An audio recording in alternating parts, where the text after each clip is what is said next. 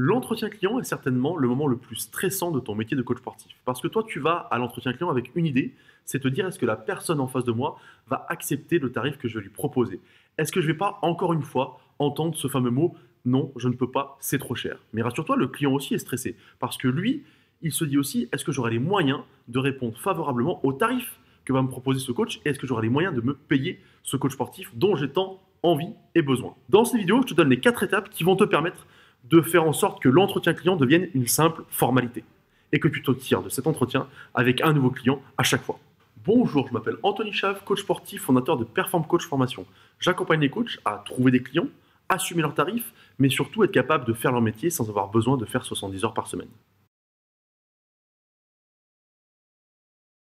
Cette première étape est importante parce que je vais te parler de la compréhension générale de l'entretien client. L'objectif, c'est de comprendre que justement, tout ne se joue pas à cet endroit-là. On a trop souvent l'impression, moi je me souviens, il y a quelques années, quand j'allais à l'entretien client, je me motivais avant de dire, allez, c'est bon, cette fois-ci, je signe un client. Tu vois, j'avais besoin de me motiver pour me mettre en confiance. Et finalement, avec du recul, je trouve pas ça normal. J'avais aussi cette appréhension en fonction de si avant mes entretiens précédents avaient réussi ou raté, bah, soit de la confiance dans mon tarif et en moi, soit au contraire, l'envie de baisser mon tarif et de me faire tout petit en disant, bon, est-ce que cette fois-ci, il va accepter? Et justement, ce que je trouve pas normal, c'est ça. Je ne trouve pas normal qu'on aille à cet entretien client, finalement, des fois confiant, pas confiant, sans certitude. L'objectif, c'est d'expliquer justement qu'il faut arrêter de se mettre la pression sur ce moment-là. Justement, parce que les étapes que je vais t'expliquer aujourd'hui vont te permettre de ne plus te mettre la pression sur l'entretien et de comprendre, et c'est le but de la première étape, que finalement, tout doit se jouer avant. L'objectif, c'est que quand tu arrives à l'entretien client, la personne soit déjà convaincue que tu es la bonne personne, toi, elle soit déjà convaincue par ce que tu fais. C'est-à-dire que tu n'as pas besoin d'étaler quelque part ta science et ta connaissance lors de l'entretien. Tu n'as pas besoin de prouver quelque chose lors de l'entretien. Alors attention, il va falloir faire quand même une bonne figure et faire un minimum ton job, mais tu vas devoir être capable simplement de valider tout ce que ton futur client a vu avant dans les étapes précédentes. Parce qu'en fait, ton client va suivre un entonnoir. C'est-à-dire qu'il va rentrer au départ, que ce soit par les réseaux sociaux ou le réseau réel en fait, et ce client va rentrer dans un entonnoir. Et ton but, c'est que cet entonnoir soit rempli d'informations, que ce soit la communication, ta valeur perçue, ton site, tes réseaux sociaux.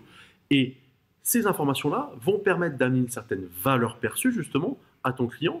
Ensuite, et c'est ce qu'on verra dans l'étape suivante, on va parler du premier contact qui va être important, où c'est là où tu vas devoir dégrossir les problématiques de ton client, mais surtout être capable déjà d'aborder la question du tarif et de mieux connaître justement les besoins de ton client.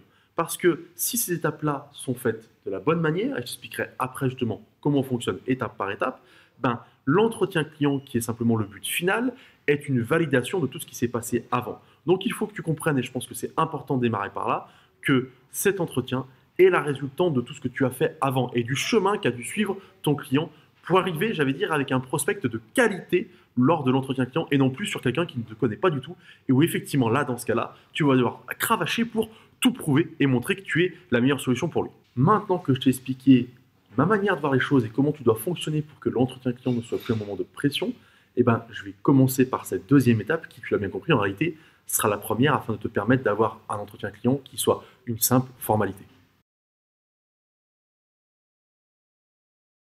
Passons donc à l'étape suivante qui est le début du cheminement pour arriver à l'entretien client. L'objectif, c'est d'expliquer aujourd'hui, là, dans cette étape-là, ce qu'est la valeur perçue. La valeur perçue, elle va commencer dès le départ de ta communication. Tu communiques que ce soit par des flyers, des cartes de visite même, et tes réseaux sociaux, entre autres. D'ailleurs, si quelqu'un fait une recherche sur toi, sache qu'il va aller trouver ton site, mais aussi tes réseaux sociaux. Donc c'est très important qu'il soit clean et superbe sur cette valeur perçue. En fait, l'objectif, c'est de comprendre que dès le départ, dès les premières fois où ton prospect va te connaître, il va falloir qu'il comprenne que tu es le coach qui va résoudre ces problématiques. Si tu veux en savoir plus sur cette partie, je t'invite à cliquer sur un qui est au-dessus. C'est ma vidéo comment trouver des clients grâce aux réseaux sociaux et où je vous explique en détail comment faire en sorte de communiquer justement cette valeur perçue. Souvent, la problématique que je rencontre quand j'accompagne des coachs, c'est qu'ils n'ont pas finalement une problématique claire à régler. C'est-à-dire qu'ils ne sont pas spécialistes. Moi, je te conseille très clairement, pour augmenter ta valeur perçue, de te spécialiser. Parce qu'en fait, le fait de te spécialiser va amener à aller chercher une niche, mais surtout à parler très clairement aux personnes que tu accompagnes. J'accompagne les femmes de plus de 40 ans à perdre du poids sans restriction et sans régime alimentaire, par exemple. Et là, finalement, dans ta communication, la valeur perçue, elle est directe. C'est-à-dire qu'on sait exactement ce que tu fais. Tu comprends l'intérêt de communiquer précisément avec finalement une thématique très claire. Voilà quelle personne j'aide et à quoi je les aide finalement, plutôt que si tu n'as pas de spécialité et que tu vas être finalement ouvert à tout, mais dans ta communication, ça va être compliqué de dire qui tu aides. Tu vas dire aux gens, je vous permets de faire du sport, je vous permets de vous sentir mieux.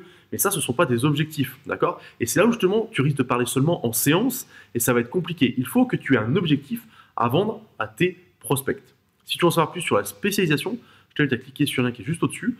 C'est ma vidéo spécifique qui t'explique toutes les étapes pour faire en sorte de se spécialiser et surtout pourquoi le faire et enlever toutes les craintes que tu peux avoir à ce sujet-là. En fait, ce que tu dois comprendre, c'est que ton prospect idéal, c'est quelqu'un qui a suivi tout ton chemin de communication. Pourquoi? Parce que lui, il sait exactement ce que tu proposes, il sait exactement ce que tu résous, il connaît ton univers et si il est rentré en contact avec toi, c'est parce qu'il est absolument certain que tu peux l'aider et donc c'est déjà quelqu'un d'acquis à ta cause. Tu sais, je pense que ça t'est déjà arrivé d'avoir quelqu'un qui vient de la part de ton ancien client, par exemple. Quelqu'un qui vient en disant « Oui, j'ai parlé à Bernard, il m'a expliqué ce qu'il faisait avec vous, ça me plaît, etc. » Bah, si tu veux, quand c'est comme ça, tu sais que la personne est déjà convaincue, puisqu'elle a eu finalement une référence de quelqu'un qui t'a eu, donc c'est le meilleur bouche à oreille. Bah, ton objectif quand tu communiques, c'est d'avoir ce rendu-là. Il faut que la personne qui vient à toi soit capable de dire « J'ai vu ce que vous faites, je trouve ça génial, et j'ai vu en fait que vous pouvez m'aider. » Moi, ça m'arrive souvent que des clients me disent « Ah bah j'ai vu le témoignage de un tel, j'ai les mêmes problématiques, j'aimerais bien avoir les mêmes résultats. » Ou alors j'ai vu qu'elle avait perdu 30 kilos, c'est génial, j'aimerais bien faire pareil. Enfin, tu vois, l'objectif pour toi, c'est d'avoir ce rendu-là. Il faut que finalement, que tu amènes les gens dans ton univers et que quand ils te contactent la première fois, ils soient déjà convaincus de ce que tu fais parce qu'ils ont, encore une fois, suivi ta communication, ce qui expliquait clairement quels sont tes objectifs pour eux et quels résultats tu as déjà obtenus avec d'autres pour les rassurer. Et là, tu as déjà fait plus de 80% du travail. Dans cette étape suivante, on arrive maintenant à la suite. Tu as communiqué, tu as mis les personnes dans un entonnoir et l'entonnoir aboutit quelque part, une manière de te contacter. Ça peut être le téléphone, ça peut être le mail, ça peut être Messenger, WhatsApp, peu importe. L'objectif, c'est que tu vas avoir un premier contact avec cette personne-là. L'objectif aussi, c'est pour toi déjà de savoir par quel chemin elle est passée et un petit peu ce qu'elle connaît de toi et quel est son objectif, bien entendu. Mais plus tu vas savoir qu'elle connaît ce que tu proposes, qu'elle sait ce que tu fais et que finalement elle est là pas par hasard, plus déjà ton objectif de départ va être gagné. C'est-à-dire que la suite va devenir une formalité. La problématique que tu vas rencontrer, si cette personne t'a appelé parce qu'elle est juste tombée sur ton site, qu'elle a même lu peut-être en travers ce que tu faisais, mais qu'elle t'a appelé parce qu'elle cherche un coach, bah c'est là où commencent les difficultés. Parce qu'il n'y a aucune valeur perçue. La personne t'appelle, elle cherche un coach, et généralement, elle va chercher ce qui est un peu de moins cher aussi. Et du coup, t'as beau toi essayer de développer un argumentaire, elle n'a pas vu ce que tu fais, elle ne te connaît pas, donc tu arrives à un moment où tu vas essayer de convaincre. Et là, on tombe dans ce qu'on ne veut pas, c'est-à-dire le moment où tu vas tout mettre sur la table et toute ton énergie pour convaincre quelqu'un, mais la convaincre comment? Elle n'aura pas vu ce que tu fais, elle n'aura pas vu de témoignage, donc c'est plus difficile. Je n'ai pas dit que c'est impossible, je dis que c'est plus difficile. Parlons maintenant du tarif. Bah oui, parce que pour moi, dans le premier contact, il est forcément question de tarification. Parce que ce qui se passe généralement, c'est que si tu as fait ton boulot avant et que la personne a suivi justement ton entonnoir, elle est déjà convaincue. Et elle attend de savoir un petit peu combien ça va lui coûter. Et ça, c'est important. Parce que je pense qu'il faut complètement dégager cette pression du tarif, de l'entretien et du jour où tu vas voir cette personne-là. Il faut que le jour où tu ailles voir cette personne-là, tout soit clair et que tu sois sûr que ton tarif soit accepté. Et ça, c'est très important. D'accord? Et je trouve que sur le tarif, on cherche beaucoup trop souvent à faire rentrer ce que j'appelle des carrés dans des ronds. C'est-à-dire qu'on va dire aux gens, regardez ce que je propose, c'est oui ou c'est non. Et là, tu as plusieurs cas de figure, en fait, effectivement, tu en as même trois. C'est la personne accepte parce que ça tombe bien, tu es dans son portefeuille. La personne accepte, mais elle se dit, oh putain, je pensais avoir beaucoup plus de cours avec cet argent-là. Et elle refuse parce qu'elle n'a pas les moyens. Ça, c'est les trois options. Moi, je te propose finalement de sortir de ça. Il faut sortir de ce cadre où, finalement, la personne en face de toi n'a pas le choix et doit absolument rentrer dans tes cases. Parce que c'est comme ça que tu vas avoir le plus de refus. Il va donc falloir que tu sois capable de ne plus vendre des séances séparées, mais que tu vends des objectifs et des résultats. Si tu veux en savoir plus sur comment faire en sorte de mettre en place cette vente par résultats et objectifs, je t'invite à cliquer sur un lien qui est au-dessus. C'est une vidéo spéciale qui t'expliquera toutes les étapes à mettre en place pour justement arrêter de vendre des séances séparées. On arrive maintenant du coup à la dernière étape. Cette dernière étape, elle est importante justement, mais beaucoup moins importante qu'avant. Et oui, parce que tu n'as plus la pression de savoir si finalement ton client, ton prospect en face de toi, il est vraiment prêt à signer avec toi. Tu sais que cette personne a suivi ton entonnoir, donc elle est convaincue que tu es la bonne personne. Elle sait ce que tu fais, elle sait quel résultat tu peux lui apporter. Vous avez mis ensemble à plat l'histoire du tarif. Quand tu arrives maintenant à l'entretien, tout est OK, tous les feux sont au vert. Quelques conseils quand même pour que cet entretien se passe bien et ne pas tout faire capoter. Le premier point, c'est que c'est à toi de mener cet entretien client. Tu dois avoir une trame précise qui t'amène jusqu'à la signature justement de ton prospect.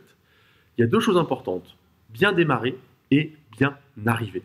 Quand je dis bien arriver, c'est que tu es la personne au téléphone ou par message, alors elle s'est déjà fait une idée de toi, mais elle va te voir pour la première fois. Et ça, le visuel est très important pour savoir si tu fais confiance complètement à la personne que tu as en face de toi ou pas. Donc quand elle va ouvrir la porte et que tu arrives chez elle, l'objectif c'est non pas d'être bombé le torse comme ça, mais c'est d'être le plus naturel possible et de bien présenter. Bien présenter, ça veut dire en fait être toi-même. Simplement, il faut qu'il y ait un naturel qui se dégage de toi. J'utilise pas le mot charisme parce que le charisme est très différent en fonction des personnes et on voit trop un charisme comme quelqu'un qui finalement impacte directement en arrivant. On peut avoir du charisme en étant très simple, très sobre, voire même très timide. Il n'y a pas de souci. L'objectif, simplement, te dire que tu dois être toi-même et que ce qui doit dégager de toi, c'est une certaine sûreté et sécurité. Le deuxième point, c'est le fait que tu dois être capable de bien démarrer l'entretien. C'est-à-dire que tu rentres, bonjour, échange de politesse, vous allez vous asseoir et tu vas commencer à parler. Là, pour te mettre en confiance, il faut que ta première phrase, ça soit du par cœur et finalement qu'elle soit naturelle. C'est-à-dire qu'il faut bien la connaître pour engager correctement la conversation et ce fameux entretien qui déjà a beaucoup moins de pression qu'avant. Mais grâce à cet outil-là, le fait de commencer par quelque chose que tu connais, que tu maîtrises, une phrase que tu as apprise par cœur, tu verras que ça va lancer les choses facilement. Si tu commences bien, que tu te lances bien, tout se passera superbement bien. Voilà comment faire en sorte finalement d'avoir un entretien client avec beaucoup moins de stress et qui soit validé dans tous les cas. En conclusion, j'espère que cette vidéo t'a plu, mais surtout qu'elle te servira à voir les choses autrement sur l'entretien client.